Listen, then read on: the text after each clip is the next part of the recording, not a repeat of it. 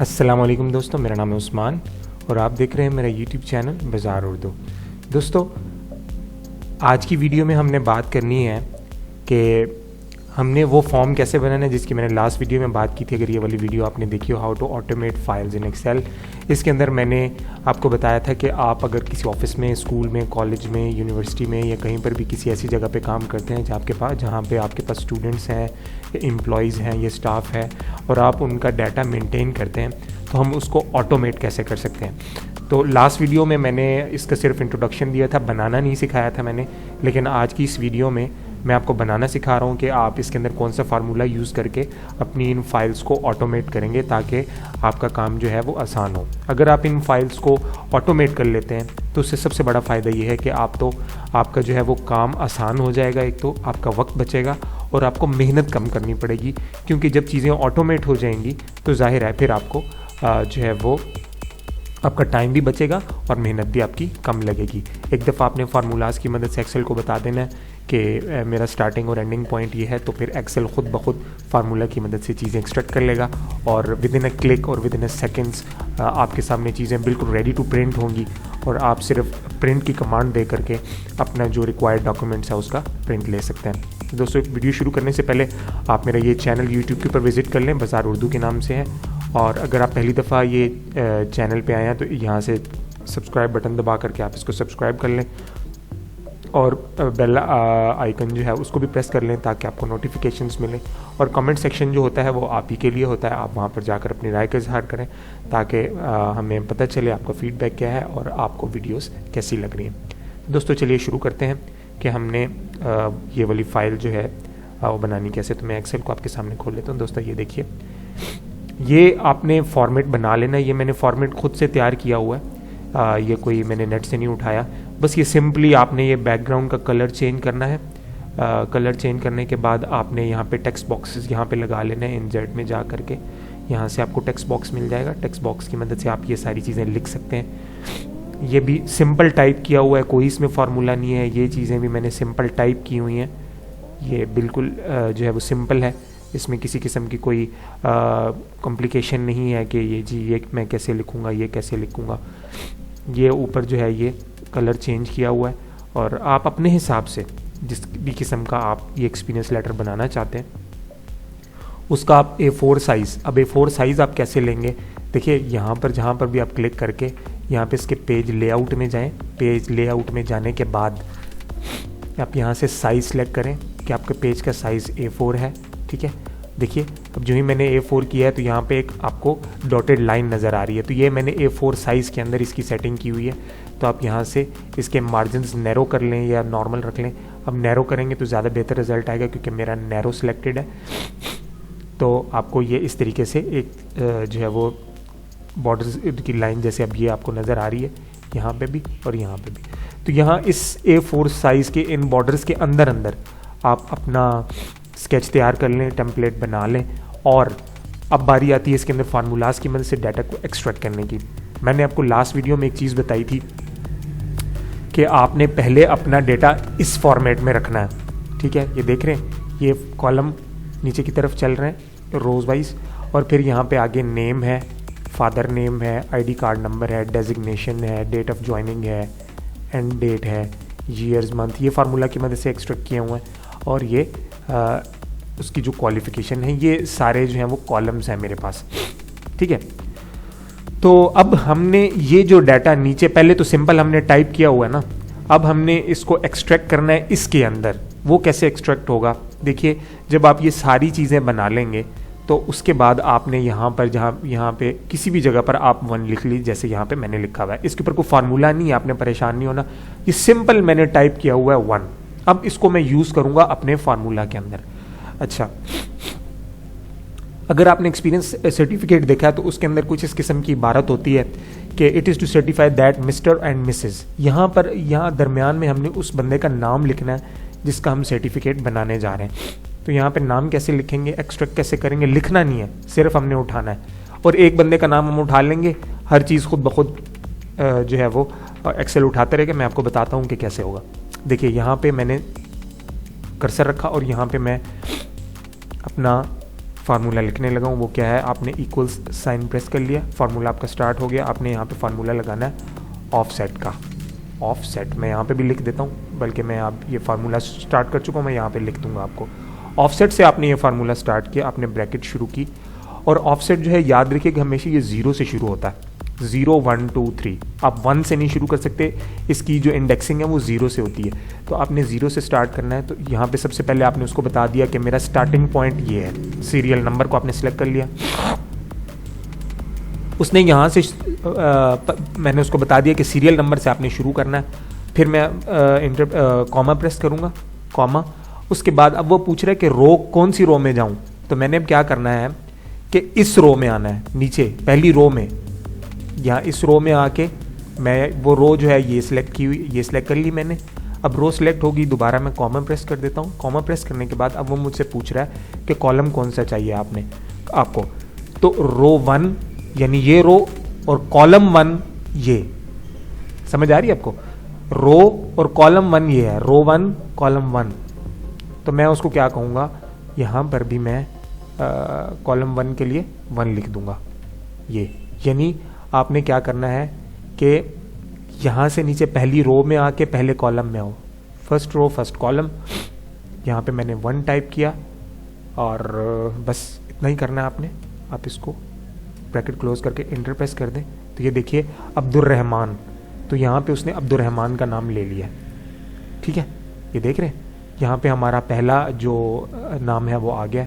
अब मुझे यहाँ पर दूसरी जगह उसके वालिद का नाम लाना है। तो मैं यहाँ पे उसी तरीके से दोबारा यहाँ पे फार्मूला वही है ऑफसेट का, ऑफसेट यहाँ पे मैंने लगाया रेफरेंस में।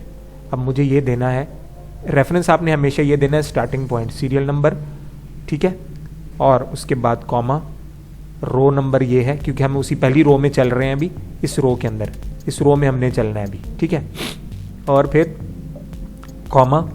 अब कॉलम कौन सा मुझे चाहिए, कॉलम मुझे चाहिए दूसरा, यानी ये फर्स्ट कॉलम, ये सेकंड कॉलम, फर्स्ट कॉलम और ये सेकंड कॉलम। क्योंकि मैंने आपको बताया कि ये 0 से शुरू करता है, तो सीरियल नंबर वाला जो कॉलम है ये 0 इंडेक्स पे है, ये 0 है, नेम वाला कॉलम 1 पे है, और फादर नेम 2 पर है, ठीक है। तो यहाँ पे मैं इसको लिख दूंगा, कौन सा है, 2। मुझे दूसरा कॉलम चाहिए, ठीक है। इंटर मैंने प्रेस किया तो उसके वालिद का नाम नज़ीर अहमद आ गया। इसको बेहतर तरीके से समझने के लिए आप यहाँ पे ये भी कर सकते हैं, 0 1 2 3 4 5 6 7 8 9 10 11। ये देखिए मेरे पास 11 कॉलम है, ठीक है। क्योंकि ये 0 से शुरू होता है ना, इसलिए आपने परेशान नहीं होना।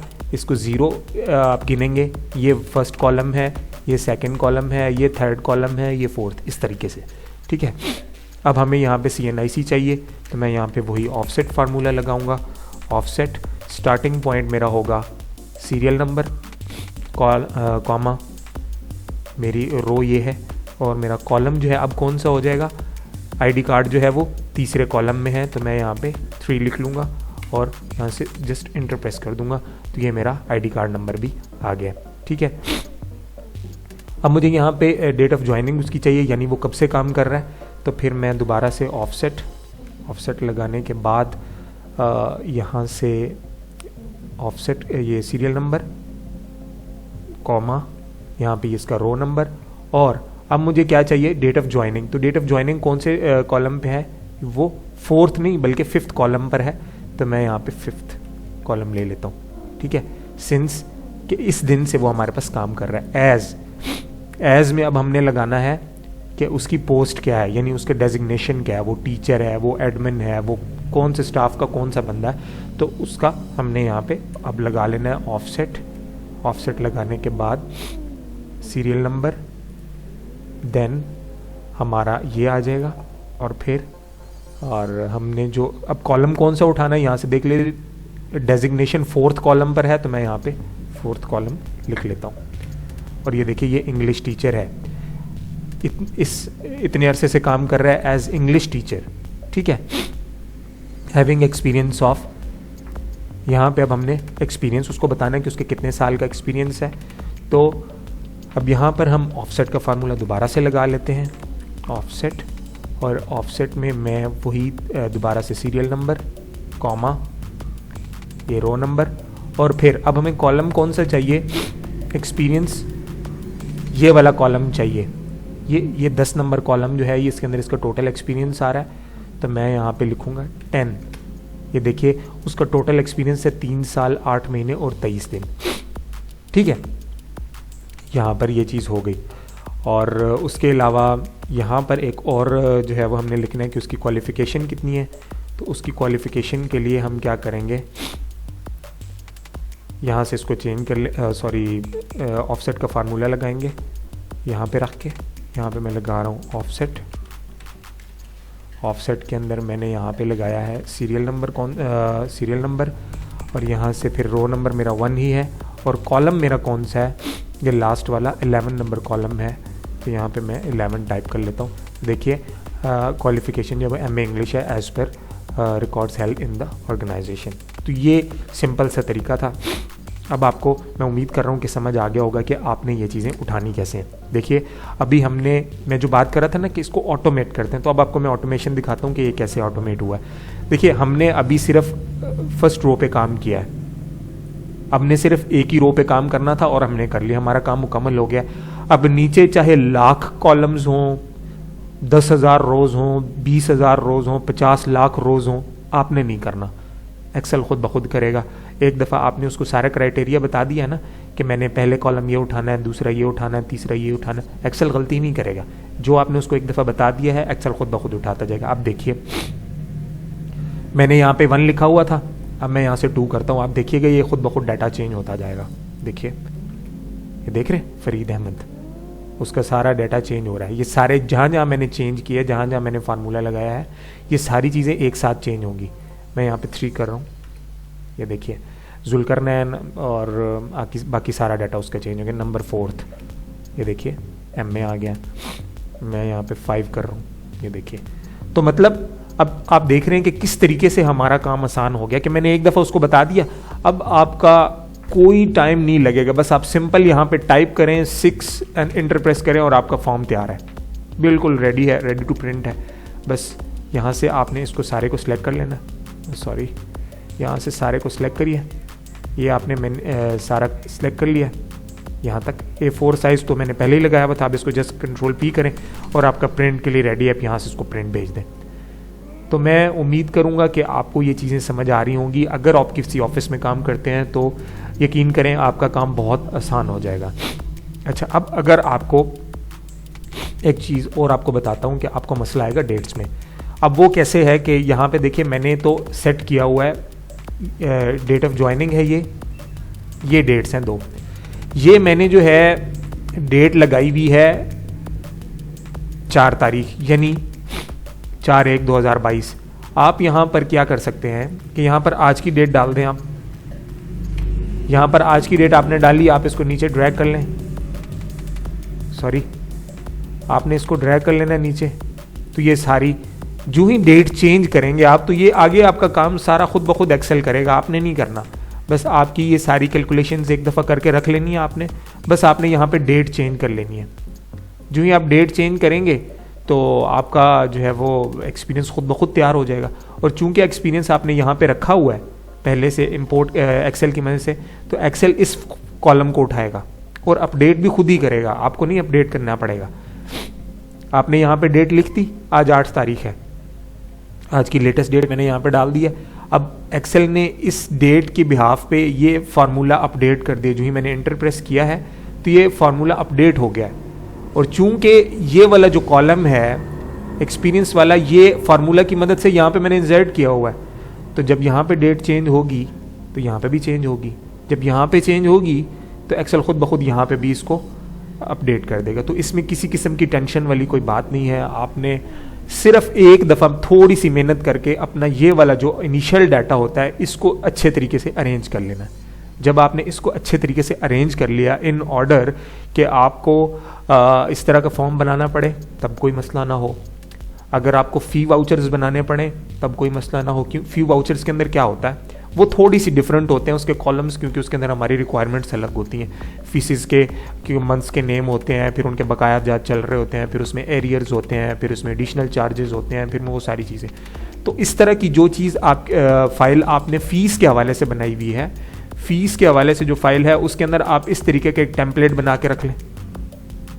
ठीक है, अब मिसाल दूं मैं अगर आपको कि अगर ये एक फ़ाइल है, ठीक है, और एक फ़ाइल के अंदर आपके जैसे अब मैं अगर 5th क्लास की बात करूं तो 5th क्लास में मेरे पास 50 बच्चे हैं। तो 50 बच्चों के लिए आपने क्या किया होगा कि आपने इस तरह के 50 फॉर्म्स बना के रखे होंगे, ये टेम्पलेट्स इस तरीके से, नीचे ये एक बनाया हुआ है, फिर इसके नीचे एक बनाया हुआ है, इस तरह से अलग अलग फॉर्म बनाए होंगे।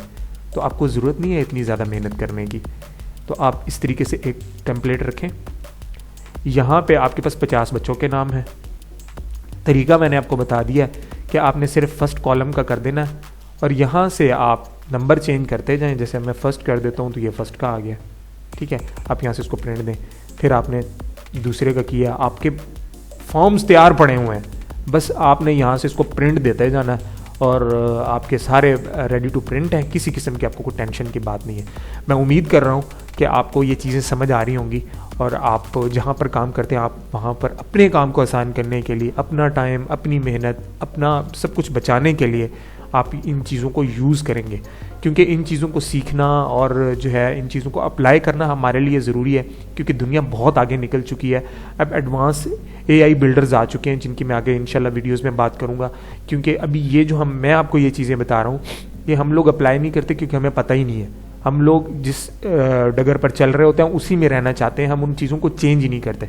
तो हमें ज़रूर इन चीज़ों को अपडेट करना चाहिए, अपग्रेडिंग की तरफ जाना चाहिए, ताकि जो लेटेस्ट चीज़ें मार्केट में आ रही हैं हम उन चीज़ों की तरफ जाएं। अभी तो आर्टिफिशियल इंटेलिजेंस के बिल्डर्स आ गए हैं माइक्रोसॉफ्ट एक्सेल में, और चीज़ें इससे भी ज़्यादा एडवांस हो गई हैं कि आपको इतना भी काम ना करना पड़े, लेकिन वो ज़रा ज़्यादा एडवांस है। हमें यहाँ पे पहले बेस बनानी होगी, हम ये चीज़ें बेसिकली अपने ऑफिस में इन चीज़ों को इम्प्लीमेंट कर लें, और जब हम ये सब कर लेंगे तो इंशाल्लाह हम नेक्स्ट जो AI बिल्डर्स अब आ रहे हैं मार्केट में हम उनकी तरफ भी जाएंगे। लेकिन मैं आप लोगों से ये रिक्वेस्ट करूँगा कि आप लोग इन चीज़ों को बिल्ड करें लेटेस्ट टेक्नोलॉजीज़ की मदद से, लेटेस्ट फार्मूलाज की मदद से, ताकि हमारा काम आसान हो और हम एडवांसमेंट की तरफ जाएं, क्योंकि दुनिया बहुत आगे जा चुकी है। तो मैं उम्मीद करूँगा कि आपको ये ट्यूटोरियल पसंद आया होगा। अगर आपको पसंद आया तो काइंडली इसको एक लाइक दे दीजिए और कमेंट सेक्शन में बताइए कि आपको ये वीडियो कैसी लगी है, क्योंकि आपके कमेंट्स का हमें इंतज़ार रहता है और आपको ज़रूर वो कमेंट सेक्शन इस्तेमाल करना चाहिए। चैनल पर नए हैं तो सब्सक्राइब जरूर कर लीजिएगा। नेक्स्ट वीडियो में इंशाल्लाह इसी से मुतल्लिक हम कुछ और बातें करेंगे कि हम फ़ी वाउचर्स कैसे बना सकते हैं और डिफरेंट चीज़ें जो है सैलरी स्लिप्स वगैरह। जैसे अगर एक एडिशनल चीज़ में बात कह दूँ कि हमारे पास जो गवर्नमेंट सेक्टर में जो सैलरी शीट्स आती हैं जो गवर्नमेंट एम्प्लॉइज़ को मिलती हैं, मैं कोशिश करूंगा कि वो भी आपको बनाना सिखाऊं एक्सेल में, कि उसके अंदर जो डिडक्शंस होती हैं या जो सरप्लस होती हैं, चीज़ें ऐड होती हैं, ये जो माइनस होती हैं, उन सारी चीज़ों को मैं बनाना सिखाऊंगा कि आप उस सैलरी शीट का फॉर्म या इस तरीके से कैसे बनाएंगे जो कि खुद ब खुद आगे की तरफ एक्सेल उसको उठाता जाए। तो इन तमाम वीडियोस के लिए जो कि आने वाली हैं इंशाल्लाह मैं ये चीज़ें अपडेट करता रहता हूँ, तो आप चैनल को सब्सक्राइब ज़रूर करें और नेक्स्ट वीडियो में इंशाल्लाह मुलाकात होती है आपसे। तब तक आप अपना बहुत ख्याल रखिए। अल्लाह हाफ़िज़।